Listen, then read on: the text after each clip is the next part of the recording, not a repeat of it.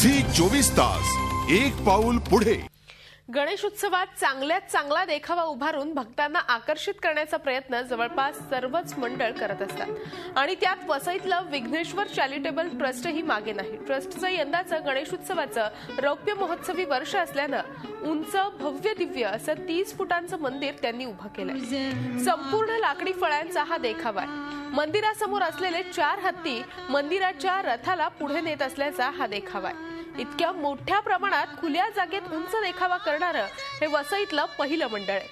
40 फूट लांब आणि 15 फूट रुंदीच्या या देखाव्याच्या मंदिराचा गाभारा 10 फूट तर घुमट 15 फूट आहे। तर या संपूर्ण देखाव्यात 7 फुटाच्या श्रींच्या मूर्तीची प्राणप्रतिष्ठा करण्यात आली आहे। मंदिरातील नक्षीकामही अतिशय कलात्मक असे।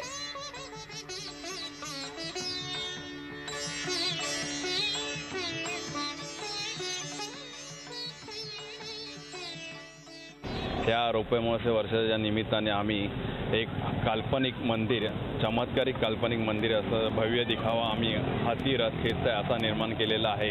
त्यावर भगवान गणपती बाप्पा जे आहे ते आमचे कृष्णच्या स्वरूपात आम्ही दाखवलेला आहे। झी 24 तास एक पाऊल पुढे।